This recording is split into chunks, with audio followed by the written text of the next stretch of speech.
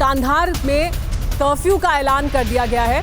तालिबान के बीच झड़प हो रही है क्योंकि इस वजह से कर्फ्यू लगाया जा रहा है। रात 9 बजे से सुबह 5 बजे तक आवाजाही पर प्रतिबंध रहेगा और कर्फ्यू लगाया जाएगा। ये जानकारी मिल रही है कांधार में, क्योंकि बड़ा इलाका है जिस पर तालिबानियों ने कब्जा कर लिया है।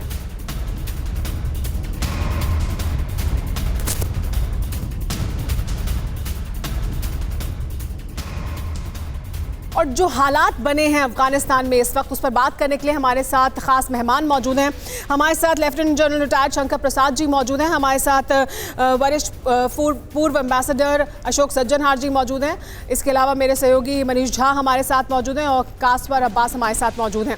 सबसे पहले तो मैं आपसे ही जानना चाहूँगी शंकर प्रसाद जी, ये जो हम देख रहे हैं तस्वीरें, हमने 15 तस्वीरें दिखाई हैं, लेटेस्ट तस्वीरें अफगानिस्तान से जो सामने आ रही हैं, बता रही है कि किस तरह से बड़े इलाके पर अफगानिस्तान में तालिबान अपना कब्जा करते जा रहे हैं और वहां पर जो अफगानिस्तान की सेना है वो उनसे उस तरह से नहीं लड़ पा रही है, या सरेंडर कर दे रही है या वो उन्हें अपने कब्जे में ले रहे हैं।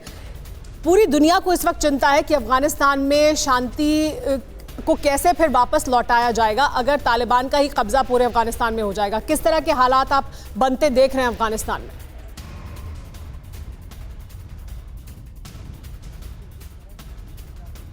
जिस तरह के हालात हम लोगों को पर लग रहे हैं उससे ये साबित हो रहा है कि दिन पे दिन, मिनट टू मिनट तालिबान की फोर्सेस अफ़गान फोर्सेस को डिफीट करके अपना रुतबा जमा रही हैं। ये बड़ी डेंजरस सिचुएशन पैदा हो रही है। इतनी उम्मीद नहीं थी कि इतनी जल्दी ये अफ़गान की आर्मी कैपिचुलेट कर जाएगी, सरेंडर कर जाएगी। अब तो ऐसा लग रहा है, जिस तरह से आपने कमेंट्री दिखाई, जिस तरह से आपने फ़ोटोग्राफ दिखाई, तो उससे तो लग रहा है कि ये लोग बिल्कुल एक तरह से लड़ नहीं पा रहे हैं। इसके कई एक रीज़न हो सकते हैं। सबसे बड़ा रीज़न तो मुझे ये लग रहा है कि हो सकता है कि अफ़गान आर्मी के अंदर ही कुछ ऐसे लोग हों जो कि तालिबान की हरकतों को, तालिबान की फ़िलॉसफी को सपोर्ट करते हों। सबसे बड़ा ख़तरा तो ये दिख रहा है। दूसरी बात यह है कि इसके साथ न केवल तालिबान हैं बल्कि काफ़ी हद तक 6-7 हज़ार तक LET और JEC के टेररिस्ट भी हैं, जो वेल ट्रेंड टेररिस्ट हैं, जो वेल ट्रेंड मिलिटेंट्स हैं। कश्मीर से जो ये पाकिस्तान से जो जा रखे हैं वो भी इसमें हिस्सा ले रहे हैं। लेकिन अचंभे की बात यह, सरप्राइजिंग बात यह है कि अफ़गान आर्मी इस समय कुछ कर नहीं पा रही है, जबकि खंदार बिल्कुल आपने बताया वहाँ तो हमारी काउंसलेट से हमने अपने ऑफिशियल भी विड्रॉ कर लिए हैं और वो 3-4 दिन पहले आ भी चुके हैं। लेकिन जो हालात दिख रहे हैं वो बिल्कुल अच्छे नहीं दिख रहे। उसमें अब क्या करना चाहिए, वर्ल्ड पावर्स को क्या करना चाहिए? हालांकि सुनने में आया है कि इंडियन गवर्नमेंट शायद बैक चैनल कोई बातचीत तालिबान के संग कर रही हो, so that some kind of peace can be restored, but ऐसा होता दिख नहीं रहा है ध्यान से। लेकिन हाँ, हालात ख़राब हैं।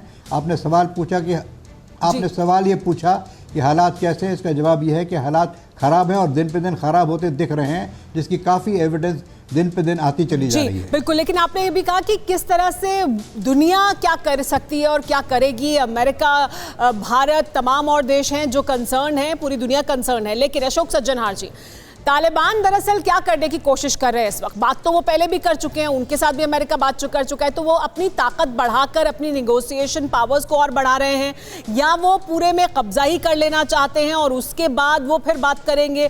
क्या है यहाँ से जो वर्ल्ड पावर्स हैं उनका रुख क्या है और उनका रोल क्या है जो अभी हालात हैं अफगानिस्तान में उसमें? बहुत अच्छा प्रश्न है आपका समीरा जी, और उसमें मैं ये कहूँगा, देखिए, जब से उनकी ये सहमति हुई है पिछले साल फरवरी में अमेरिका के साथ, उसके बाद से मेरे विचार से तालिबान कभी ये नहीं सोचता था जो उसको नेगोशिएटिंग टेबल पर आना चाहिए और सीरियसली बातचीत करनी चाहिए, क्योंकि उसने ये समझ लिया जो 20 साल तक अमेरिका से लड़कर उसने अमेरिका को हरा दिया है। तो जैसे तालिबान कहता रहता था हमेशा that the Americans might have the watches but we have the time, तो उनके पास अब समय है। तो वो अब ये चाहते हैं, देखिए, फॉर्मल तरीके से पिछले साल सितंबर 2020 में उनकी नेगोशिएशन शुरू हुई एक अफगान गवर्नमेंट और एक पूरे तरीके से जो अफगानिस्तान के जो और ग्रुप हैं और तालिबान का, दोहा में वो बातचीत शुरू हुई, परंतु उसमें कोई उन्होंने सीरियसली भाग नहीं लिया।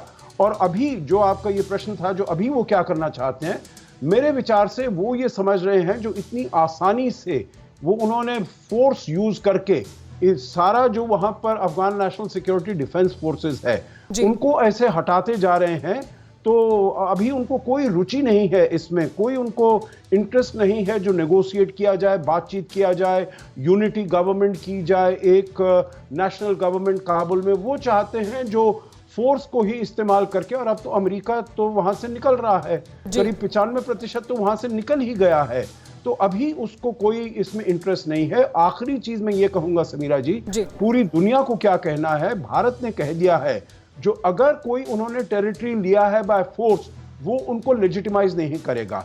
वो और देशों ने भी, कल आपने सुना होगा ज़ल्मे खलीलजाद उज्बेकिस्तान में, उन्होंने भी यही कहा जो अगर तालिबान वहां पर फोर्स से आता है तो हम उसको बिल्कुल लेजिटिमेसी नहीं देंगे। तो ये वाली जो आवाज है ये पूरी दुनिया से आनी चाहिए। परवाह देश की, सोमवार से शुक्रवार रात 10 बजे TV9 भारतवर्ष पर।